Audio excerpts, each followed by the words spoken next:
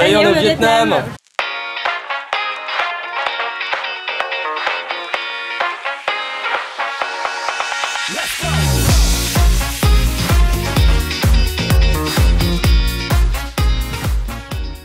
Alors après une journée hier de transport complet pour relier Siem Reap, donc au Cambodge, jusqu'à Can Tho, la ville où on s'est arrêté aujourd'hui au Vietnam, c'était un petit peu épique et très long. On a une journée vraiment presque 12 heures de transit pour arriver à Can Tho hier soir.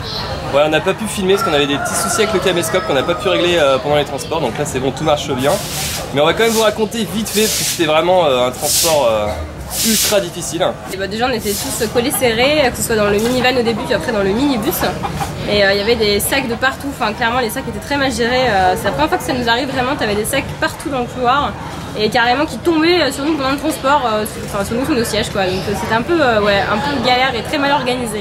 Ouais, c'est vrai qu'on a dû prendre 3 bus dans l'histoire, on a dû traverser la frontière, une frontière, c'était n'importe quoi, c'était une frontière à business parce que concrètement on n'a pas vu un seul douanier, c'est le mec, c'est notre chauffeur de bus qui a tout réglé.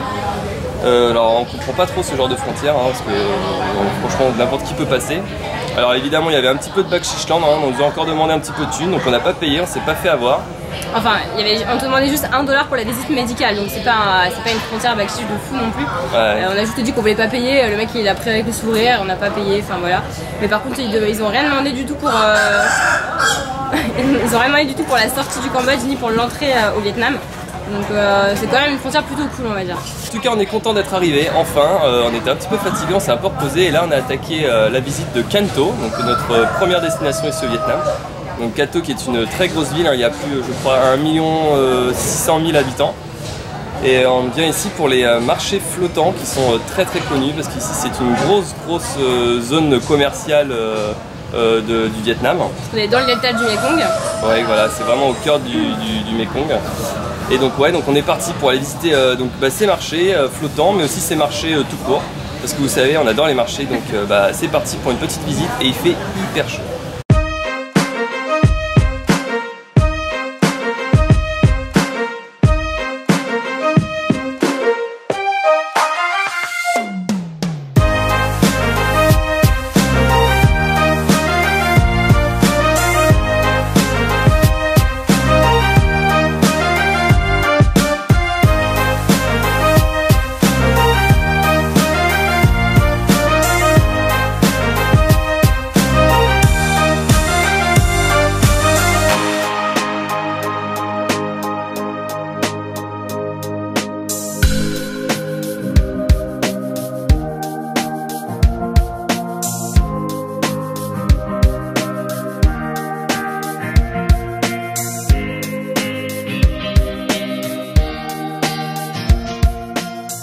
Alors c'est vrai que vous n'avez pas l'odeur quand on visite les marchés, mais c'est vrai qu'il y a plein d'odeurs différentes et pas forcément de bonnes odeurs.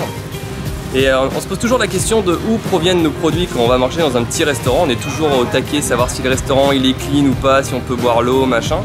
Mais à mon avis, de toute façon, tout vient d'ici et quand on voit dans quel état se trouvent les aliments sur les étalages, ça laisse quand même un peu réfléchir sur ce qu'on mange dans notre assiette à la fin.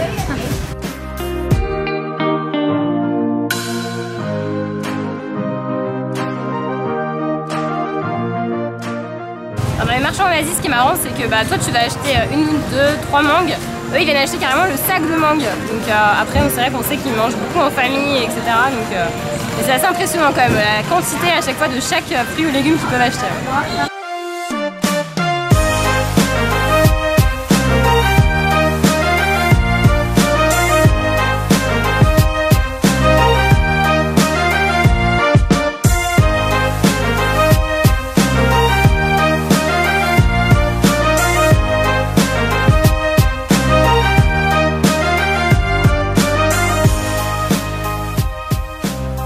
Bon on est rentré à temps dans le marché parce que là il pleut une averse de ouf.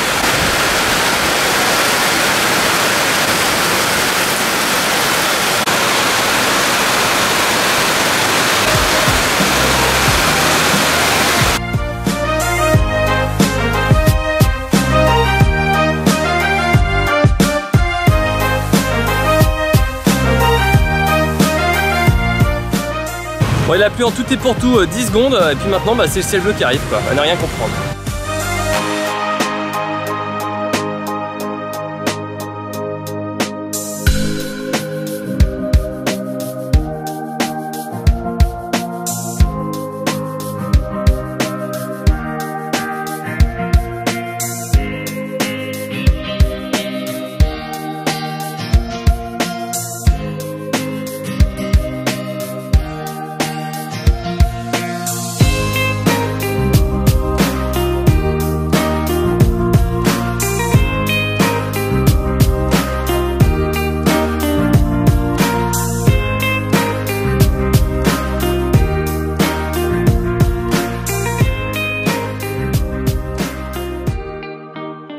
Bon alors les marchés de Kanto c'est sympa, mais ce qui est encore plus sympa c'est les marchés flottants.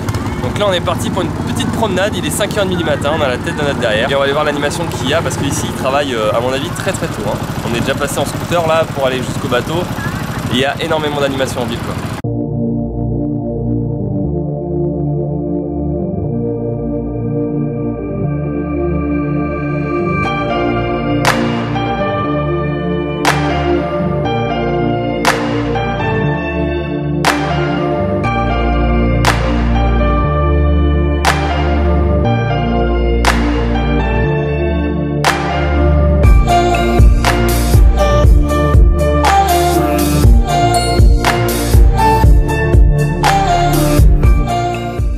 On vient d'arriver au marché flottant.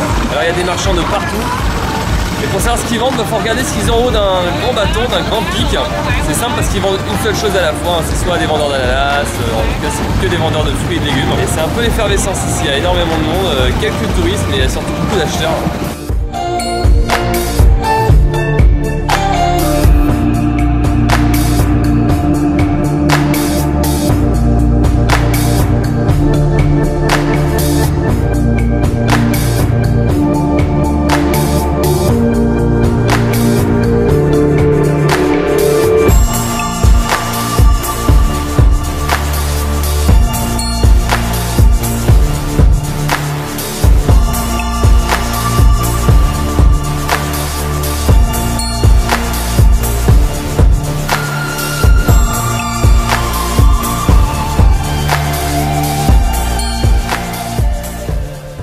Bon alors le problème c'est que le Mekong est hyper pollué dans le coin.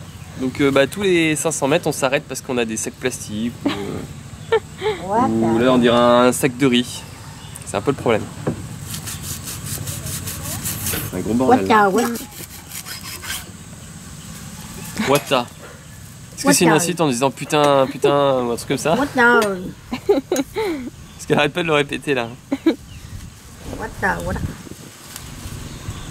Wata yewa? Yo. Wata yewa. Wata yewa. Rồi, ok. Ok. Allez, dans 5 minutes, on s'arrête encore. Voilà, bah là on a même pas fait 10 mètres, on a déjà un sac plastique dans les vis. Alors qu'en premier, pourquoi on met 6 heures hein, pour faire ce petit trajet? Elle répète toujours le même mot, je sais pas si elle est énervée, en tout cas elle a le sourire mais... Bon, alors faut savoir aussi qu'on nous a coupé un petit ananas et que c'était avec le même couteau que pour couper les sacs plastiques. On verra si on sera malade ce soir. Hein. Bon bah là on a fait 20 mètres. Même elle a commencé à en avoir marre là. Je pense qu'elle est en train de se demander si ce serait pas plus rapide à la rame. Bon, du coup c'est Léo qui va ramer parce que c'est fatigant quand même, hein. Elle fait ça tous les jours la pauvre. Okay.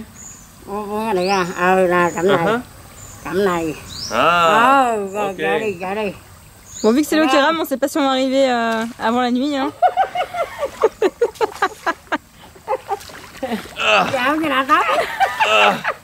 Ça l'a fait bien rire en tout cas. Allez, un peu de nerfs. Voilà. Non mais il y en a marre aussi de s'arrêter à chaque fois à cause des sacs plastiques. Hein? Hey, c'est pas mal hein? Faut... Qu'est-ce qu'elle fait? Je sais pas. Elle appelle les pompiers. Non, je crois qu'elle va s'installer à côté de toi. Qu'est-ce qu'elle fait? Ouais, elle va s'installer. Elle rigolait pas quand elle a dit que c'était à moi de ramer. Bon, c'est parti. Alors. Alors. Et voilà. C'est Léo qui fait tout le travail. Non mais c'est pas facile, hein. C'est pas facile. J'espère que la petite dame elle a toute sa journée, hein, parce que si c'est Léo qui rame, on n'est pas arrivé. Hein. Je vais demander une réduction. Hein. Je crois que Léo commence à fatiguer. Moins dài. Mưa tóc dài. Mưa tóc dài.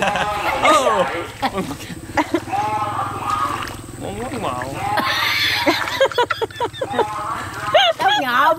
Mais ça nous fait bien rire en tout cas. Ah, c'est pour se coiffer.